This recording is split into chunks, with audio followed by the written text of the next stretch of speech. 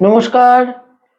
2026 ফেব্রুয়ারি এবং মেষ রাশি মেষ লগ্ন 2026 সালের ফেব্রুয়ারি মাস মেষ রাশি মেষ লগ্নের জাতক জাতিকাদের ঠিক কিরকম কাটবে, অর্থাৎ ফেব্রুয়ারি মাসের মাসভিত্তিক রাশিফল মেষ রাশি মেষ লগ্নের জাতক জাতিকাদের জন্য 2026 এর দ্বিতীয় মাসেও আমরা পৌঁছে গেলাম এবং এই রাশিফল, যা আসলে আমাদের জ্যোতিষের পরিভাষায় গোচর ফল, মেষ রাশি মেষ লগ্নের জাতক জাতিকাদের জন্য কি থাকছে, সময়ের গুণগত বৈশিষ্ট্য বা কোয়ালিটি অফ টাইম, এবং যে সৌরমণ্ডলে যে সোলার সিস্টেমে আমরা রয়েছি সেখানে গ্রহদের কি সঞ্চার, মুভমেন্ট, ট্রানজিট ইত্যাদি সংঘটিত হচ্ছে এবং তার ফলেই কিন্তু এই মাসভিত্তিক রাশিফল সম্পর্কে বিভিন্ন প্রেডিকশন করা হয়ে থাকে। তো আমাদের যেটা প্রথমেই দেখতে হবে, অর্থাৎ সময় কতটা ফেভারে থাকছে বা সময় কতটা এগেনস্টে থাকছে মেষ রাশি মেষ লগ্নের জাতক জাতিকাদের এই ফেব্রুয়ারি মাসে। তো প্রথমেই যেটা দেখতে হবে তা হচ্ছে গ্রহদের সঞ্চার, মুভমেন্ট। রাশি লগ্নের অধিপতি মঙ্গল, মঙ্গল 23শে ফেব্রুয়ারি পর্যন্ত তাদের দশমে থাকছে এবং 23rd ফেব্রুয়ারি মঙ্গল চলে আসবে তাদের দশম থেকে একাদশ স্থানে। মেষ রাশি মেষ লগ্নের থার্ড হাউসে, তৃতীয় ঘরে থাকছে বক্রগতির বৃহস্পতি। তাদের পঞ্চমে, ফিফথ হাউসে থাকছে কেতু এবং দ্বাদশে, মেষ রাশি মেষ লগ্নের দ্বাদশে থাকছে শনি।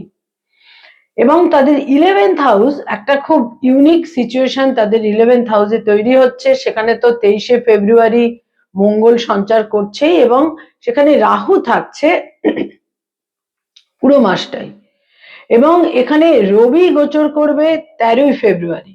রবি তাদের প্রথম 13টা দিন দশমে থাকছে এবং তারপর 13th ফেব্রুয়ারি রবি চলে আসছে তাদের একাদশে। 3rd ফেব্রুয়ারি বুধ তাদের দশম থেকে একাদশে গোচর করবে এবং এখানে বুধ বক্র গতিতে যাবে 26শে ফেব্রুয়ারি। শুক্র 5th ফেব্রুয়ারি তাদের দশম থেকে একাদশে গোচর করবে। অর্থাৎ আমরা দেখতে পাচ্ছি যে মেষ রাশি মেষ লগ্নের একাদশ স্থানে একাধিক গ্রহ গোচর করছে এবং এখানে 17th ফেব্রুয়ারি একটি বলয় গ্রাস সূর্য গ্রহণ সংঘটিত হবে তাদের এই একাদশ ঘরে 11th হাউসে। যদিও সেখানে কিন্তু 17th ফেব্রুয়ারি যেহেতু সেখানে কিন্তু তখন মঙ্গল গোচর করছে না, কিন্তু সেখানে রবি থাকছে, চন্দ্র থাকছে, বুধ থাকছে, শুক্র থাকছে। সুতরাং 11th হাউসে এই বলয়গ্রাস সূর্যগ্রহণ এটাও কিন্তু নানা রকম ভাবে কিছু নেতিবাচক পরিস্থিতিও কিন্তু সাময়িকভাবে তাদের জন্য এনে দিতে পারে। তো মেষ রাশি মেষ লগ্নের জাতক জাতিকাদের জন্য এহেন গ্রহ অবস্থানের ভিত্তিতে কি ধরনের পরিস্থিতি, কি ধরনের সময়ের ফেভার তারা পেতে চলেছেন এই ফেব্রুয়ারি মাসে। প্রথমেই হেলথ বা শরীর স্বাস্থ্য। আমরা জানি আমাদের ফিজিক্যাল হেলথ এবং মেন্টাল হেলথ এই দুটোই কিন্তু আমাদের মুখ্য পিলার। আমাদের সমস্ত রকম সাফল্য ইত্যাদির ক্ষেত্রে এই দুটো হচ্ছে মুখ্য পিলার। হেলথের ক্ষেত্রে ভীষণভাবেই যত্নশীলতা প্রয়োজন, বিশেষ করে এই মাসের শেষ সপ্তাহে। এই মাসের শেষ সপ্তাহটি বিশেষ একটা অনুকূল কিন্তু থাকছে না মেষ রাশি মেষ লগ্নের জন্য। এবং এখানে যেটা সর্বাধিক গুরুত্বপূর্ণ তা হচ্ছে কোনো রকম চোট, আঘাত, অ্যাক্সিডেন্ট, বাহন দুর্ঘটনা, সার্জারি, রক্তপাত ইত্যাদির সম্ভাবনা কিন্তু এই মাসের শেষ সপ্তাহটিতে বেশ বৃদ্ধি পেতে পারে। সে ব্যাপারে যথেষ্ট সতর্ক থাকতে হবে। এছাড়া যে দিকটার কথা আমি বিশেষ করে বলবো তা হচ্ছে যে কোনো কানের সমস্যা এবং চোখের সমস্যা থেকেও কিন্তু সাবধানে থাকতে হবে। এই ধরনের সম্ভাবনাও থাকছে এবং যারা দীর্ঘমেয়াদী হার্ট ওরিয়েন্টেড সমস্যায় ভুগছেন সেখানেও সতর্ক থাকতে হবে। আয়ের ক্ষেত্র বা ইনকামের ক্ষেত্র ভালোই থাকবে, বিশেষ কোনো নেতিবাচক দিক থাকছে না। তবে কিছু আকস্মিক প্রাপ্তির ক্ষেত্রেও কিন্তু থাকছে। ব্যয়ভাব প্রবল থাকবে, নানা রকম কারণেই ব্যয়ের প্রাবল্য থাকবে এবং বহু ক্ষেত্রেই দেখা যাবে যে কিছুটা পারিবারিক কারণে, সন্তানের কারণে, সম্ভাব্য ক্ষেত্রে যাদের সন্তান রয়েছে তো সম্ভাব্য ক্ষেত্রে পারিবারিক কারণে, সন্তানের কারণে বিভিন্ন কারণে কিন্তু কিছু ব্যয়ের প্রয়োজন হতে পারে এবং পরিবারে কারুর হসপিটালাইজেশনেরও একটা ক্ষেত্র কিন্তু থাকছে। যারা স্টুডেন্ট, ছাত্রছাত্রী, শিক্ষার্থী, বিদ্যার্থী, তাদের জন্য কিন্তু কিছুটা ডিফিকাল্ট এই মাসের শেষ ভাগটা, অর্থাৎ সেকেন্ড হাফ।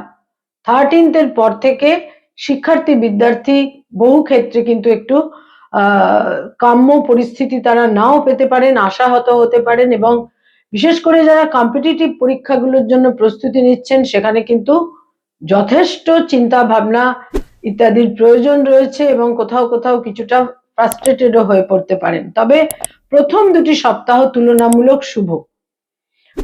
যারা উচ্চ শিক্ষার সঙ্গে সংযুক্ত সেখানে কিন্তু প্রথম দুটি সপ্তাহ তুলনামূলক শুভ, কিন্তু শেষ দুটি সপ্তাহ অতটা আপনাদের ফেভারে থাকছে না। যারা রিলেশনশিপ, প্রেম প্রীতি প্রণয়ের মধ্যে রয়েছেন সেখানে আকস্মিকভাবে ব্রেকআপের যোগ থাকছে এই মাসে, এবং কোথাও কোথাও ইগো ক্ল্যাশ ইত্যাদিরও সম্ভাবনা থাকছে। যারা অলরেডি বিবাহিত দাম্পত্য জীবনে রয়েছেন সেখানে কিন্তু স্বামী বা স্ত্রীর সঙ্গে কিছু মতপার্থক্য বা তাদের হেলথ নিয়ে কোনো কনসার্ন হওয়ার প্রয়োজন হতে পারে। হেলথের সমস্যা আকস্মিকভাবে তৈরি হতে পারে। কোথাও কোথাও হাজবেন্ড বা ওয়াইফের দূরযাত্রা, বিদেশ যাত্রার সম্ভাবনাও থাকছে।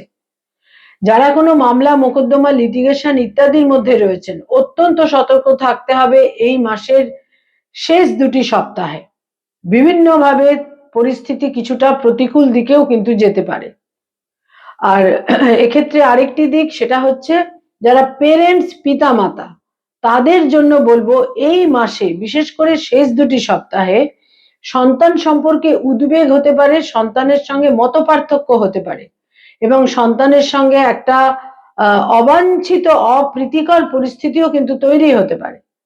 সন্তান সম্পর্কে যথেষ্ট ওয়াকিবহাল, সচেতন এই মাসে কিন্তু আপনাদের থাকতে হবে।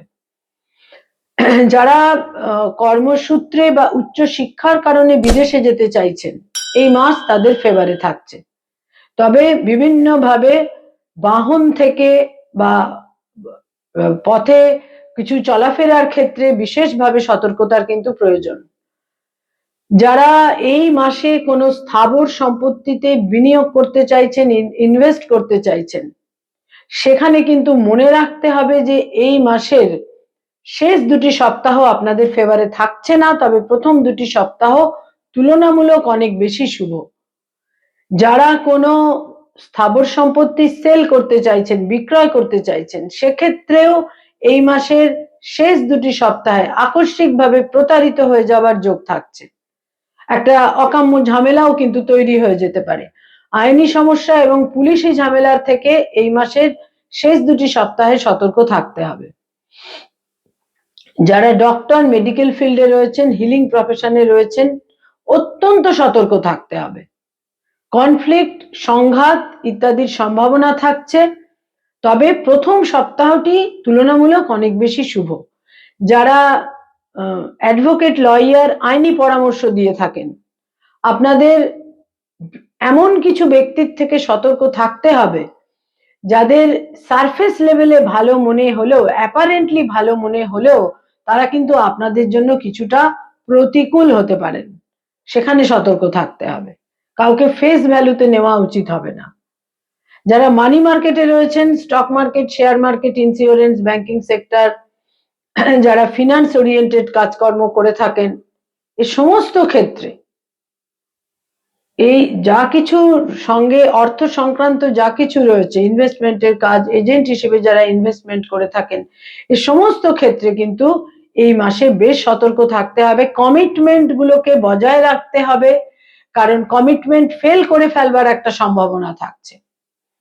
কোথায় আপনারা কথা দিচ্ছেন সেই ব্যাপারে কিন্তু অত্যন্ত সতর্কতা প্রয়োজন। তা না হলে মিসকমিউনিকেশন এবং একটা অপ্রতিকূল পরিস্থিতি কিন্তু তৈরি হতে পারে। যারা ক্রিয়েটিভ ফিল্ডের মানুষ, সৃষ্টিশীল কাজ করে থাকেন, যারা ইনোভেটিভ লেখালেখির কাজ করেন, যারা বিজ্ঞাপনের জগতে, অ্যানিমেশনের জগতে রয়েছেন, পারফর্মিং আর্টের সঙ্গে সংযুক্ত, এই সমস্ত ক্ষেত্রে কিন্তু আমি বলবো যে এই মাসে আপনাদের প্রচুর সুযোগ, সুবিধে, সম্ভাবনা ইত্যাদি সামনে আসবে, কিন্তু সেটাকে একটু বেছে নিতে হবে, সেখানে একটু বাছ বিচার করে আপনাদের অ্যাকসেপ্ট করতে হবে।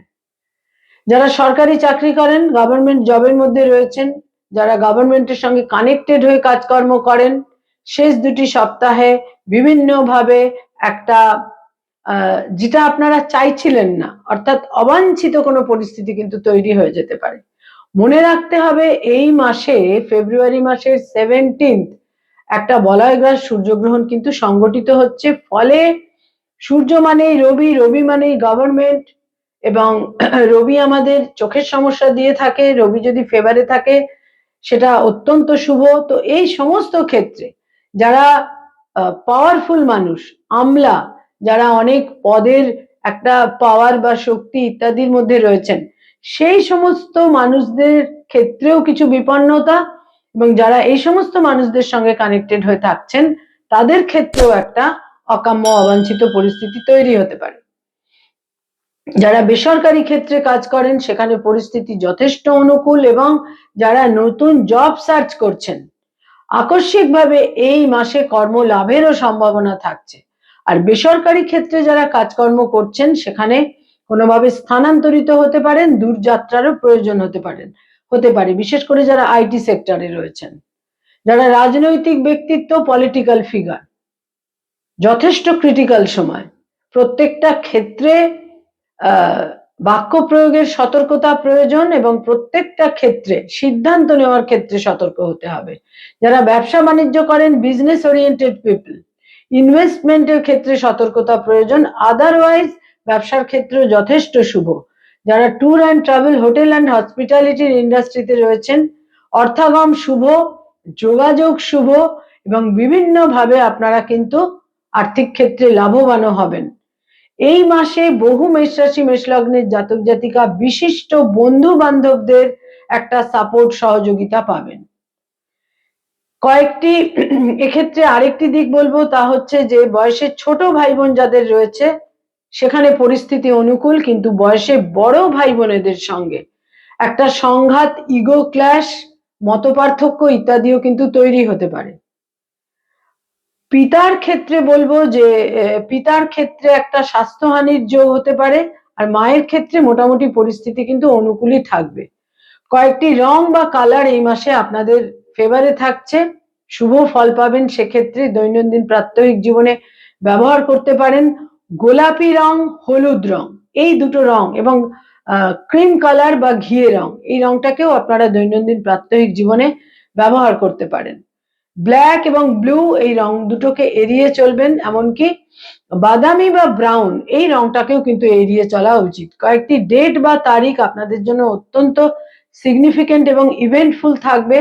তার মধ্যে 1 তারিখ, 3 তারিখ, 5 তারিখ, 7 তারিখ, 12 তারিখ, 17 তারিখ, 19 তারিখ, 22 তারিখ, 26 তারিখ, এই ডেটগুলো আপনাদের জন্য কিন্তু খুবই ইভেন্টফুল থাকছে।